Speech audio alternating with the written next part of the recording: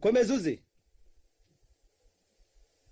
Ese muraho ukomeye. niba wasuhuzaga nakomera niki narinje hano gufitiye ubutumwa. witwa nde? ndakubwira ikingenza ndumva izina atari ngombwa. aturuka hise hano hafi. uragenzwa niki? narinje kugutahira ubukwe. ni wowe nde? nigeze ngutumira se? ntiwantumiye nuko nasanze ari ngombwa kugutahira ubukwe. none ubukwe bwanjye ntibukibaye. kugeza n'ubu nturanyibuka mbese? mu by'ukuri ntabwo nkwibuka. ningwibwira uramenya. none wakwivuga uko utari se? ndibuka uko nahoze uramenya. aho kunyibwira ntibihagije ngo nkumenye.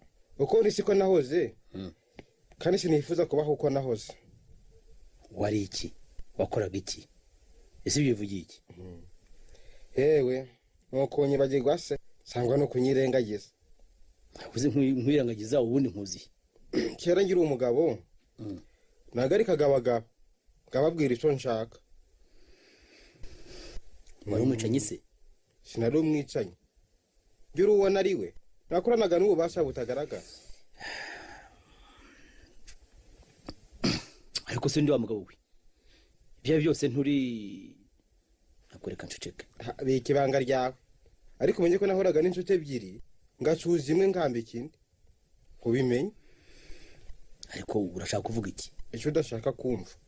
hari buri ko ntakuzi mpaka nizi iki hagati yanjye nawe? narinze kugutahira ubukwe sinarinze kunyuka inabi.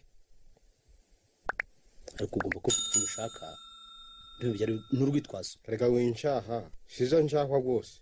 ngira uwo nari we nafusaga abantu kugerageza abandi. erega ibyo umbwira simbyumva. nyamara muri rya joro twari twashoboye kumvikana. twari twumvikanyira. ariko urinde yongera amahembe y'inzovu bumenye. uri ariko ndakomeza gushidikanya. amafaranga naguhaye nizeye ko yagukishije ndakindi. uri bige urinde wishidikanya ninze bigeragezo. mbabare se nakumenye aho cyane ariko ndaje kandi nyishura rwose. ndibutse rwose ndibutse. kirengagiza uranyishura. ndibutse